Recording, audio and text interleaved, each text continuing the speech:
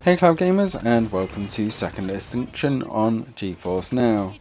If you wanted to give dinosaurs belly rubs, or you wanted to become dinosaur food, then this is definitely the game for you. It's called Second Extinction for a reason, and you will see very quickly why as we get into this video. Starting off then, let's jump back into the action. We're going to use the drop pod here, which is the way that you start the game, and with the famous spotty connection, which I don't really have. Now as we hit the ground here, we can see some of the graphics for Second Extinction. This was running on a 2060C rig on full graphics and is looking absolutely spectacular. The game has got quite a lot to it, so I'm going to cover a few of the modes very quickly. There's quite a few of these respawn points dotted around the maps. Now this is one of the first areas called Homebound for one of the missions. And it's quite hit and miss whether you get a nice easy respawn point like this, or it gets a bit challenging later, which we'll come on to shortly. Let's have a quick look at the characters. We've got 4 characters to choose from at the moment, and remember this is an early access game. We've got Rosie, who's the enforcer, our heavy gunner, Amir, who's an operative with the grenade launcher, Ortega, who's my favourite at the moment with the standard assault, and Jurgen, who is our sniper scout. Now, as well as these characters, you do have an upgrade path. You can upgrade weapons and other bits and pieces. However, these resources are quite hard to come by, and after a couple of runs through, I was only able to upgrade my weapons by 2 points. This was 2 or 3 runs through, almost completing that main map, and you'll see why very shortly. This game is heavily focused on multiplayer, and you really do need more than one person really, as the gameplay you're about to see here is from one of those camps to gain a respawn point dotted around the map. And as you can see, it just hoarded me with dinosaurs, including these huge, I think it's called flatbacks in this, where you've got to basically make them roll over so you can shoot their bellies, which takes a bit of getting used to, especially when you're trying to dive out of the way all the time. You need to pick up ammo and equipment as you're diving around the map. But it is very satisfying when you do finally get to kill it. But as a solo player, this game does not scale. It's giving you just as many dinosaurs if you are on your own as if you are in a group. So the game really is geared towards that co-op play, and if you are diving in for the first time, I do recommend either pairing up with somebody to try the game, or diving into one of the matchmaking scenarios.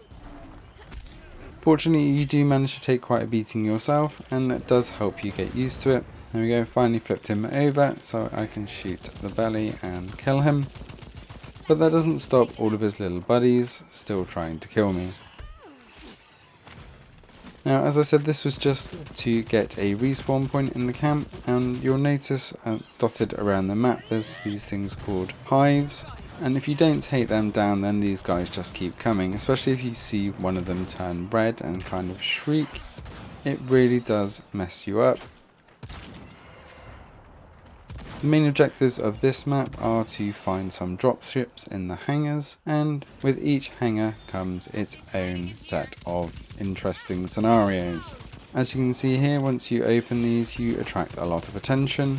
Not only have you got these little dinos, you've then got these bulls, as it calls it, which are basically over the top triceratops, and they are absolutely relentless. As with all dinosaurs in this game, they are not easy to kill, and especially the little ones don't hang around to be shot. If you do manage to funnel them into a space like this, it does make things a little bit easier, but the game does chop and change the dinosaurs quite a lot. So we have these armoured ones, which you have to take down this kind of bone armour on the front of them before you can actually take them down.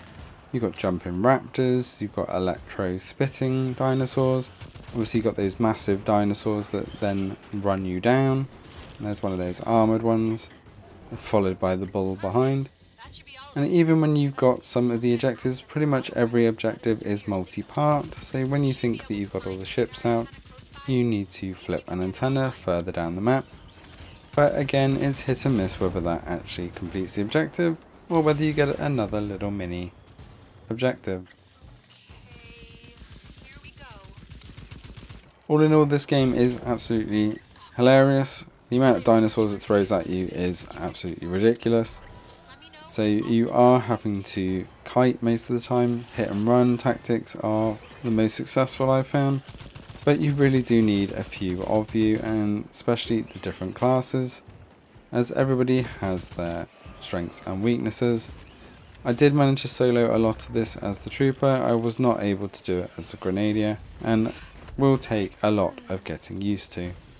I can't wait to see how this game progresses. It is early access, as I stated before, and I can't wait to see the improvements going forwards. And it's definitely one that I'll be returning to in future, especially as it's available on GeForce Now. We can just hop in and play.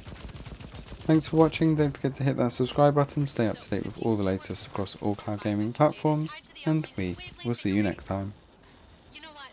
It's a lot of technobabble, but the point is, you have to stay close.